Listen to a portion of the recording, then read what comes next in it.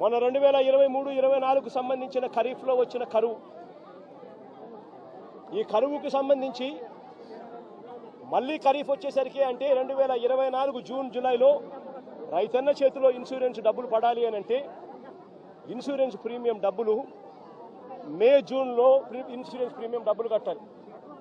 1278 కోట్ల రూపాయలు చంద్రబాబు నాయుడు గారు ముఖ్యమంత్రిగా ఉన్నాడు. రైతుల తరఫున జూన్లో కట్టాల్సిన 1278 కోట్ల రూపాయల ప్రీమియం తాను కట్టకపోవడం వల్ల 2023-24 సంబంధించిన ఖరీఫ్కు సంబంధించిన రైతులకు రావాల్సిన ఇన్సూరెన్స్ సొమ్మును కూడా చంద్రబాబు నాయుడు రాకుండా అడ్డుకుంటా ఉన్నాడు. నేను చెప్పే ప్రతి మాట వాస్తవం. ఊరికే జగన్ మాట్లాడుతూ ఉన్నాడు కదా అని చెప్పి జగన్ మీద అరచడం కన్నా, జగన్ మీద ఊరికి కోపం చూపించడం కన్నా, జగన్ చెప్పే ప్రతి మాట వాస్తవం కావునా కాదా అన్నది గుండెల మీద చేతులు వేసుకుని ఆలోచన చేయమని కోరుతా ఉన్నా. ప్రతి మాట వాస్తవం చెప్తా ఉన్నప్పుడు నువ్వు చేయాల్సిన పని ఏముంది? ప్రజలకు క్షమాపణ చెప్పాలి, చేసిన తప్పు ఇది అని చెప్పి ఒప్పుకోవాలి, ఒప్పుకొని ప్రజలకు మేలు చేసేదానికి అడుగులు ముందుకు వేయాలి.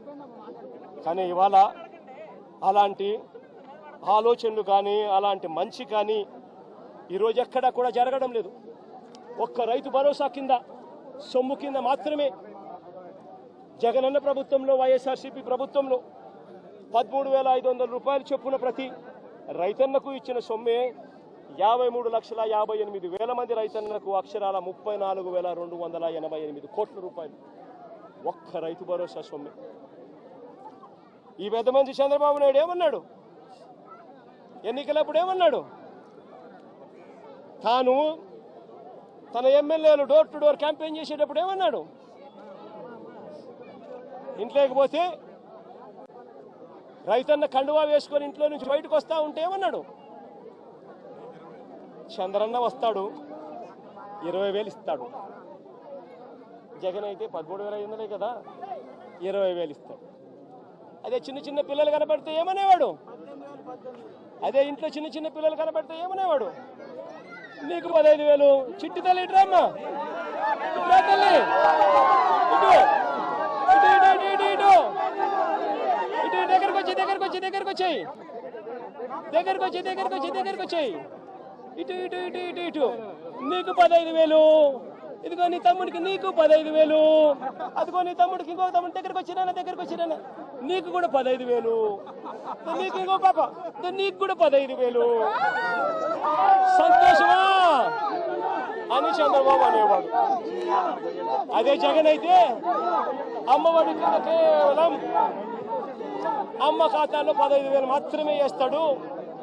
అదే చంద్రబాబు అయితే సూపర్ 6లో చెప్పాడు నీకు 15,000, నీకు 15,000, నీకు 15,000, నీకు 15,000 అని చెప్పాడు. అని పిల్లలను మోసం చేశాడు, అక్క చెల్లెమ్మలను మోసం చేశాడు.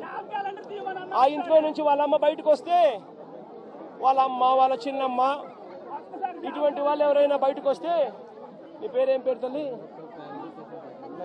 నందిని లాంటి తల్లి బయటకు వస్తే ఇంట్లో నుంచి ఆ తల్లిని చూపించి ప్రతి మహిళకు 18 సంవత్సరాలు నిండిన ప్రతి మహిళకు మా చంద్రన్న సూపర్ 6లో చెప్పాడు ప్రతి మహిళకు నెలకు 1,500 రూపాయలు చెప్పున సంవత్సరానికి 18,000.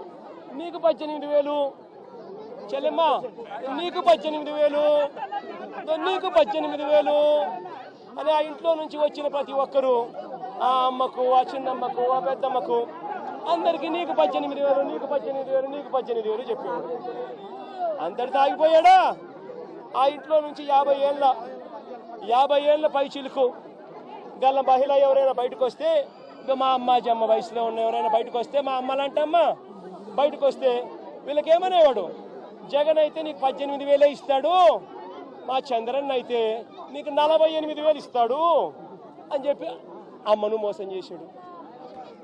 ఇంట్లో నుంచి ఒక 20 ఏళ్ళ పిల్లోడు బయటకు వస్తే ఏమనేవాడు? నీ పేరేం పేరమ్మా? ప్రకాష్. ఇట్లా ఇంట్లో నుంచి బయటకు వస్తే ఏమనేవాడు? ప్రకాష్ నీకు నెలకు 3,000, నీకు సంవత్సరానికి 36,000 నిరుద్యోగ వృత్తి నీకు ఇస్తాను. నేను అడుగుతా ఉన్నానయ్యా, ఎన్నికలు అయిపోయి 4 నెలలు అయిపోయింది. ప్రజలందరూ ఎదురు చూస్తూ ఉన్నారు. పిల్లలు బడులకు కూడా పోవడం మొదలుపెట్టాడు. బడులకు పోతా ఉన్నారు పిల్లలు. బడి పోయింది, ఇంతకుముందు వచ్చే అమ్మఒడి పోయింది. వ్యవసాయం చేస్తా ఉన్న రైతులు ఉన్నారు, ఇంతకు ముందు వచ్చే రైతు భరోసా సొమ్ము పోయింది.